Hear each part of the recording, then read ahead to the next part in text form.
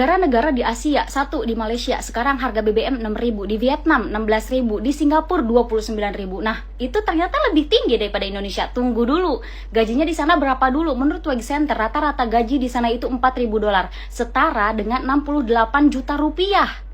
Masa mau disamakan dengan gaji yang cuma 4 juta, 5 juta itu pun di Jabodetabek? Untuk kalian yang telah menonton video barusan, beta pemuda dari NTT, beta mau sampaikan bahwa jangan mau dibodohi. Kenapa beta bilang begitu? Ya karena data Wage Center yang disampaikan oleh beliau mengenai gaji rata-rata di Malaysia dan Vietnam itu omong kosong. Atau kalian bisa melihat sendiri di data Wage Center, negara di Asia Tenggara dengan gaji tertinggi, Malaysia itu menempati urutan ketiga. Dengan gaji rata-rata 600 dolar atau setara dengan 8.900.000, bukan 68 juta. Indonesia menempati urutan keempat dengan gaji rata-rata 560 sampai 630 dolar atau setara dengan 8,3 sampai 9,3 juta.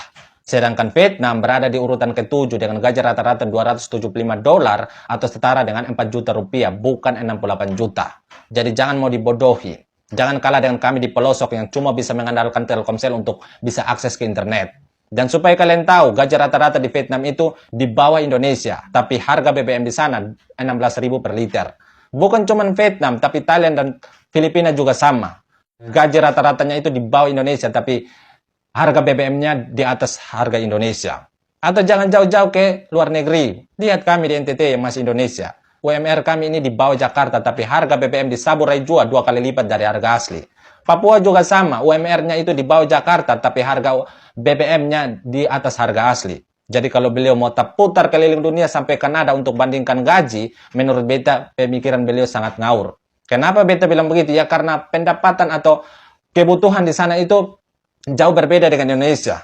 Di Indonesia, Anda bawa 20.000 untuk beli dan makan nasi kucing, maka Anda makan sampai mata putih terbolak-balik, masih ada uang kembali. Tapi coba 20.000 itu Anda bawa ke Kanada, bawa ke Swiss untuk beli makanan di sana. Apakah cukup? Jadi kalau bicara soal kenaikan gaji, menurut beta itu bukan solusi. Bahkan itu malah menambah beban negara. Seharusnya bicara soal pemangkasan gaji anggota DPR yang kerjanya cuma tidur saja.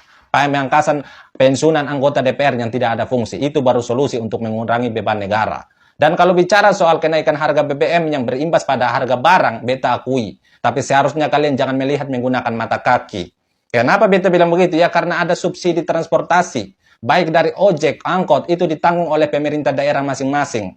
Jadi kalau bicara soal ada subsidi transportasi, maka kemungkinan besar harga sembako tidak ikut naik. Bukan cuma itu, tapi karyawan dengan gaji 3.500.000 ke bawah, yang menurut data ada 16 juta orang di seluruh Indonesia, akan diberikan bantalan sosial juga.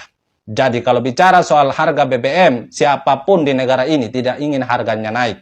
Tapi karena penarikan subsidi adalah opsi terakhir untuk menyelesaikan masalah ini, maka kita sebagai rakyat yang hanya tahu protes, berikan dan serahkan semua ini pada Pak Jokowi dan jajarannya untuk selesaikan bagi kita. Karena sejahat-jahatnya orang tua atau sejahat-jahatnya ayah, dia tidak mungkin memberikan ular ketika anaknya minta ikan. Jadi daripada kalian sibuk untuk membodohi rakyat, sibuk untuk merusaki fasilitas publik yang adalah dari uang rakyat, mending kita semua beradaptasi dengan keadaan ini.